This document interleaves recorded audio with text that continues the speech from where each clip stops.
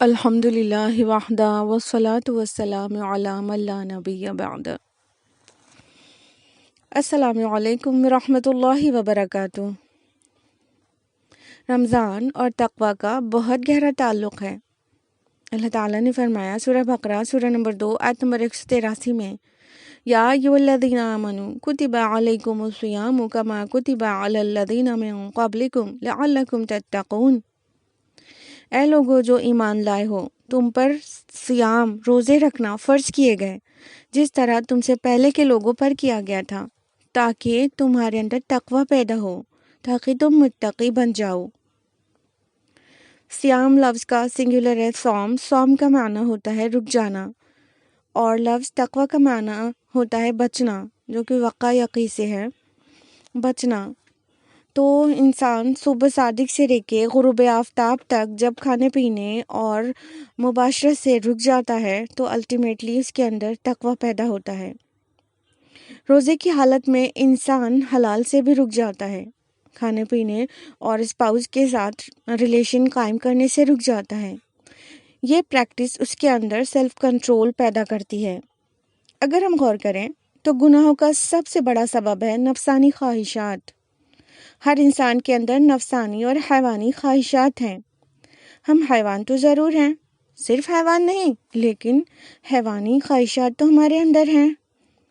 انسان کے حیوانی تقاضے یعنی اینیمل انسٹنکٹس پورا ہونے کی خواہش کرتے ہیں۔ ہمارا نفس، جس کو فرائیڈ نے اِڈ کہا، حلال اور حرام کی تمیز نہیں کرتا، بس سیر ہونا چاہتا ہے۔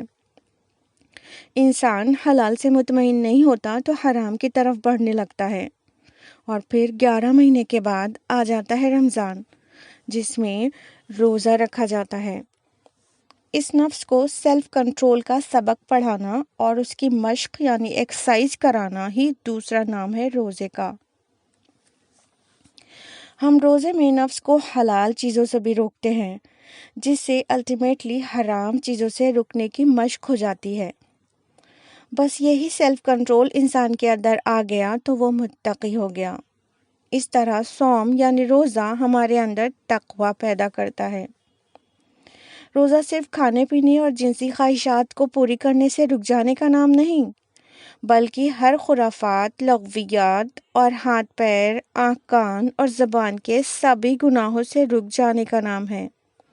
ان شارٹ کہہ سکتے ہیں کہ روزہ اخلاق اور کردار کی تعمیر اور بلندی کا بھی مشق کراتا ہے۔ This is true that if you can control your hunger, you can control everything۔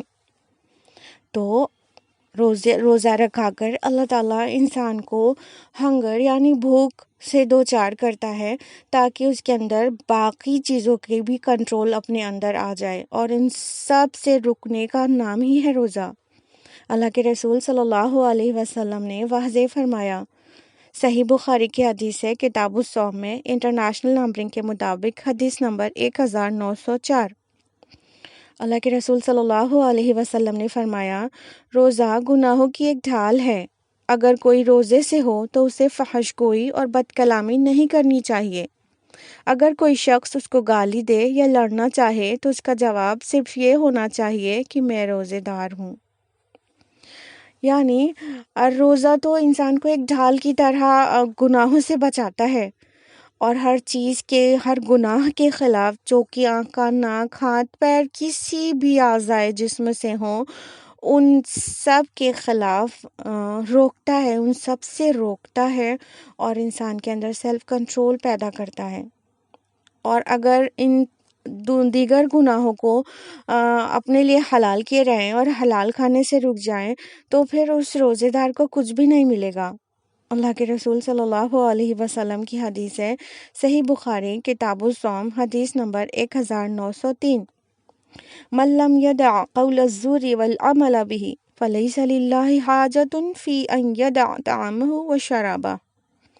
جو کوئی قول زور یعنی جھوٹ اور اس پر عمل کرنا اور جہالت کرنا نہ چھوڑے، اللہ تعالیٰ کو اس کا بھوکا پیاسا رکھنے کی کوئی ضرورت نہیں۔